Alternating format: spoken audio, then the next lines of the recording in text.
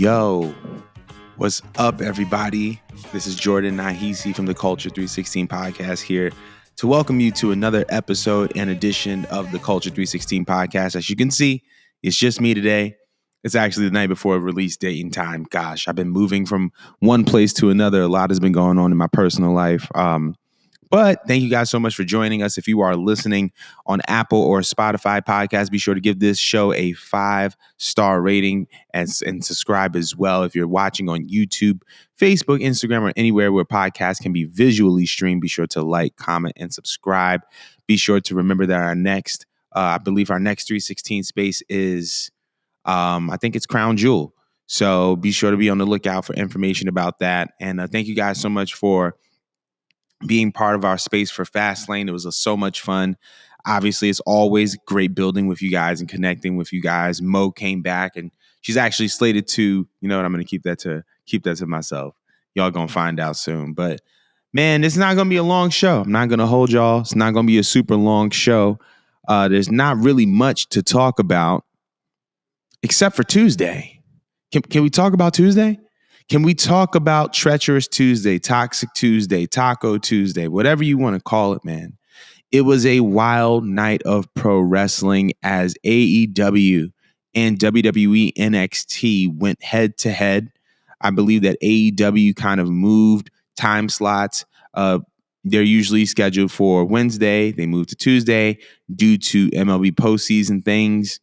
And so Dynamite went head to head with WWE NXT. Now, obviously, during the course of the build up to these programs, there was a lot of petty back and forth. You know, I believe one program said they were going commercial free for the first 30 minutes. And then I think AEW, I think it was NXT first. NXT first said we're going to go 30 minutes commercial free, the first 30 minutes commercial free. And then AEW responded that they were going commercial free for the first 30 minutes. There was a point in time where Tony Khan kind of referred to Sean and Hunter as bald assholes.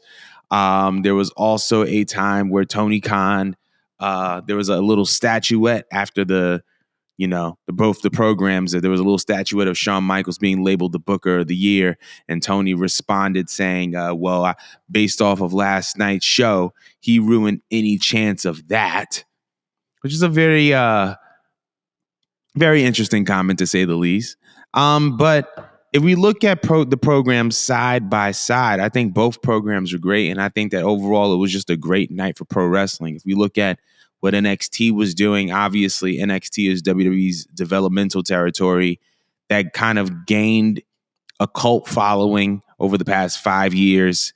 And it's gone through many fluctuations and changes, but it's kind of hit its stride as a middle ground in the past year or so.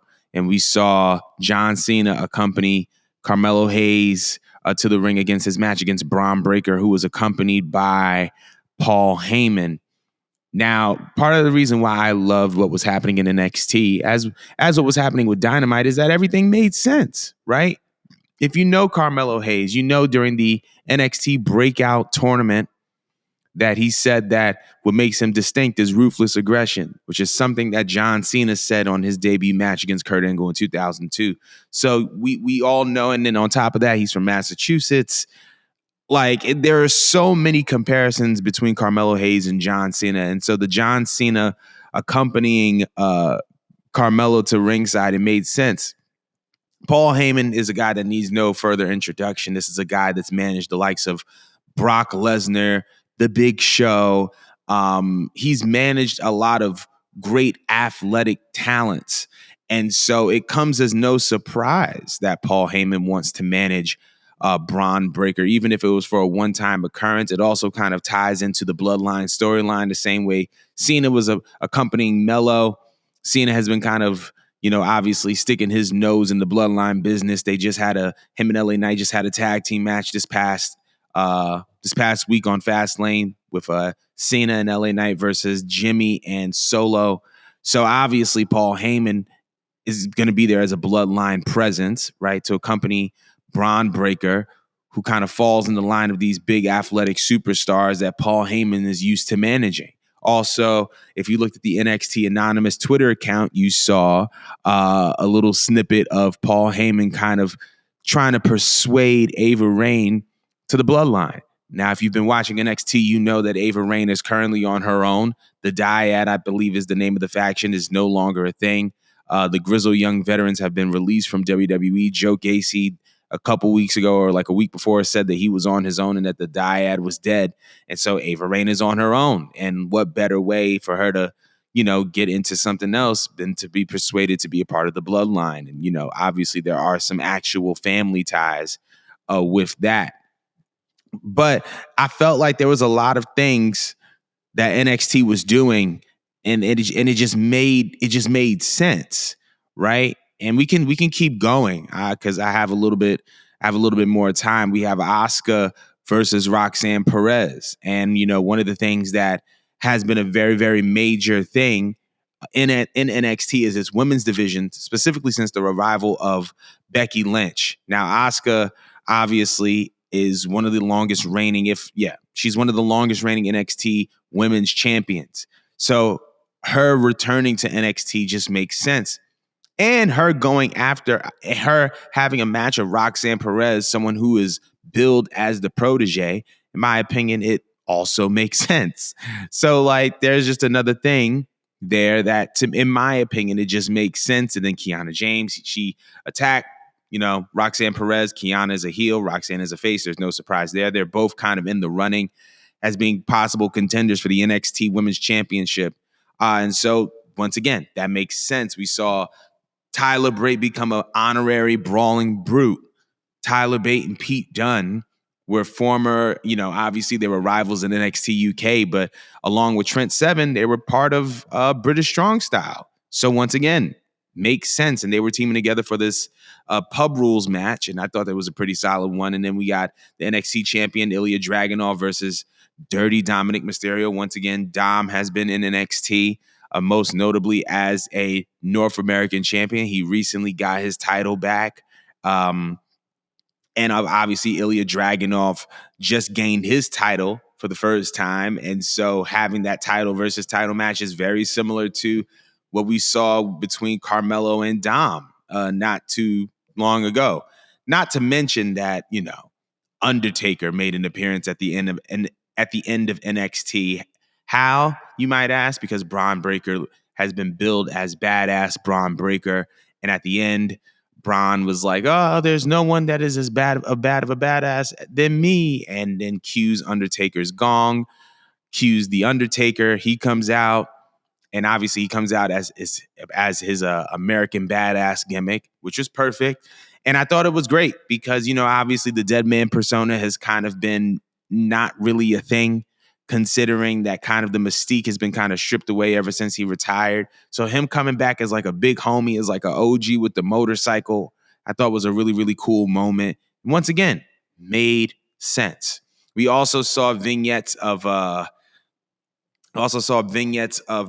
Pillman Jr. With a new name. Once again, made sense. So I felt like there was a lot of things that were happening in NXT that were great because it just made sense. And then we go over to AEW, and it's pretty much the same thing, right? We see, number one, it's billed as Title Tuesday. You know what? I'm going to pull this up because I want to make sure that I'm not missing anything, okay? So AEW Dynamite has Title Tuesday. It's been billed as Title Tuesday. However, I guess one of the highlights of the show is the debut of Adam Copeland in an AEW ring. But we had so many different things going on. Eddie versus Minoru Suzuki for the Ring of Honor World Title. And obviously that went. We have an MJF promo at the end of the Jay White versus Hangman Adam Page match. And that's been controversial to say the least because of what we've been hearing in regards to the roll of quarters comment by Juice Robinson.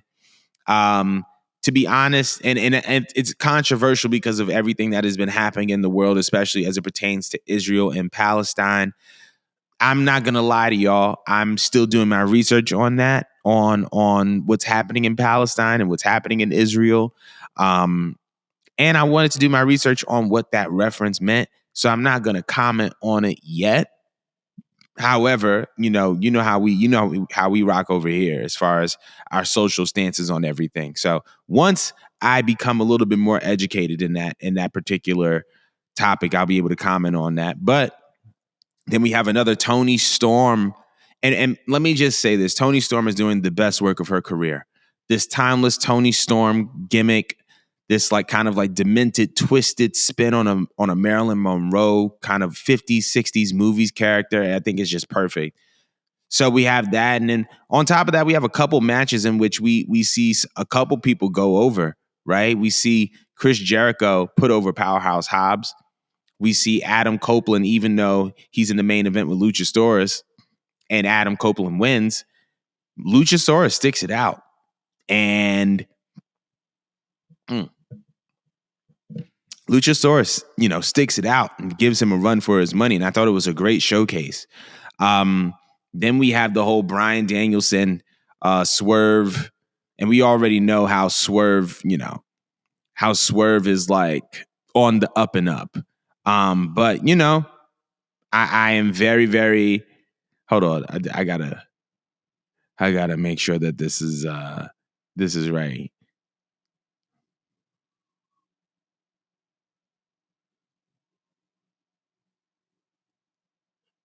My bad, y'all.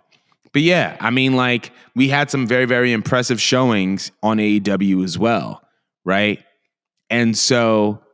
And we also have Orange Cassidy. That's the one thing that I was like a little bit puzzled about.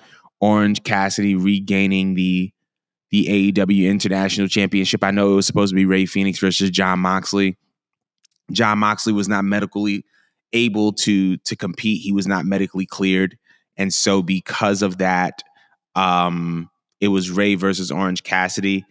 The only reason why that threw me off a little bit is because I felt like there was a storyline that was kind of developing in which Orange Cassidy was like in the middle of a little of an identity crisis. When he initially lost the title to Jon Moxley, it was like, man, I've been a champion for so long. I don't know who I am without it. And, granted, you got to make things work.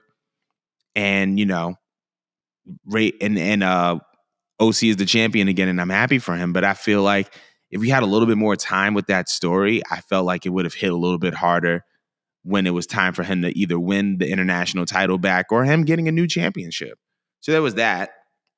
We have Saraya and Shida for the AEW World Women's title match. And Shida won. And to be honest, I was a little bit shocked on that. That was a little bit off-putting just because I feel like the unfortunate thing outside of Toni Storm, like why do we have to have a random title change in order for us to have a sudden interest in the women's division at AEW? I feel like good booking and good storytelling can go a lot further than just random title swaps. You know what I'm saying? And I felt like this could have been a little bit built up a little better. Granted, it was a good little pop moment. It was a good little, way to kind of garner engagement and garner ratings. But I don't know. That just felt a little bit weird and a little bit off to me. So, but nevertheless, we actually have numbers pertaining to ratings. And this is ratings pertaining to I'm actually going to find out the actual thing. Yeah, these are ratings that are pertaining to the Title Tuesday edition of Dynamite in comparison to NXT. So, it has been reported that AEW Dynamite last night on TBS had a 609K viewers, and the 18 to 49 rating is a 0.26. We have the NXT program last night on the USA Network, 921,000 viewers with a 0.3 rating amongst viewers from the ages of 18 to 49. So clearly, WWE, beat AEW. And yes, you can attribute it to the star power that they have. But simultaneously, if you've been watching NXT, this is kind of a part of a new formula for them, right? Like, I almost forgot to mention WWE was petty. Not gonna lie, they were petty. Cody Rhodes being the GM for the night, Jade making a random appearance. And, it was kind of talked about that she would be bouncing around from show to show until she lands on a brand. However, I don't think that it was by accident. And then on top of that, the Brian Pillman Jr. vignette, all of these guys were former AEW guys, and they made sure that those guys got front and center attention during this show. Not to mention that LA Knight served as a special guest referee for that NXT title match. And that was just smart. LA Knight is currently the most popular guy in WWE. So can you say that WWE only beat AEW because of its star power? Absolutely, you can. However, if you watch NXT, you know that this is not something that is out of the ordinary or random. We know that pretty much all of Judgment Day has gone through NXT. Rhea, Dom, Finn, and Damian on occasion, but specifically Rhea and Dom have been in NXT regularly. Obviously, we saw Ali when he was employed with WWE. He was a part of NXT for a little bit.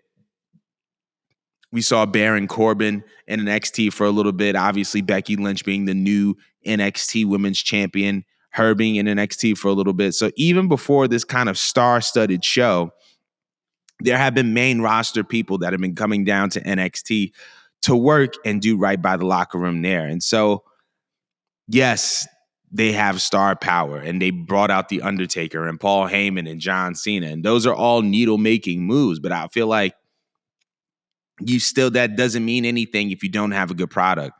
And the fact of the matter is that whether you want to acknowledge it or not, or if you've been living under a rock or not, the NXT that we are currently seeing and enjoying is a lot different from the NXT a year ago and a lot different from the NXT a year before that. And it's a very, very polished product. And Sean has been doing a tremendous job from top to bottom of the show, and even specializing in some things that Tony Khan has been struggling with, like booking the women's division. So hats off to NXT for that, securing that victory. However, I do think that the whole AEW slander is crazy. I feel like it is the competition, and it is essentially kind of AEW's kind of ability to kind of really put it on WWE when they were going back and forth on Wednesday night. I feel like NXT wanted to just kind of prove that they are still a viable wrestling product that people want to watch, and an alternative to the alternative, I guess you can say. But I honestly just feel like, I just feel like this is a great day for wrestling overall. And there were so many great things that were happening on both shows. I feel like both ratings could have been significantly better had they not been competing with like the playoffs or anything amongst those lines. But one of the things that I noticed, one of the things that I've been noticing is Tony Khan's Twitter activity. And to me, it's just, it's so cringe because I feel like you put on such a great product. You know what I mean? You put on such a great product, you put on such a great show, and then you want to bury Sean, and it's like, okay, I guess WWE's taking shots at you, and you feel like you got to fire back. But I don't know. It's just cringe to me. The whole Tony Khan versus the McMahon thing is just so cringe. It's just not worth it. You know what I'm saying? Unless there's just something that they know that we don't know. But it's just such a cringe thing. And seeing him on Twitter clap back at just random people, it's like, bro, you're the CEO of a damn near $1 billion company. Why do you feel the need to be clapping at these people who have no relevance and hold no importance in the world of wrestling? But, that's just a me thing. But, Tuesday was a very interesting night. I want to know what you guys felt about it. But that's pretty much the end of the show. Thank you guys so much for tuning in. Next week, I believe Mo will be back. And we're going to have a great show. But thank you guys so much for tuning in. Have a great rest of your day, rest of your night, rest of your weekend. And I look forward to seeing y'all soon. Later. Bye.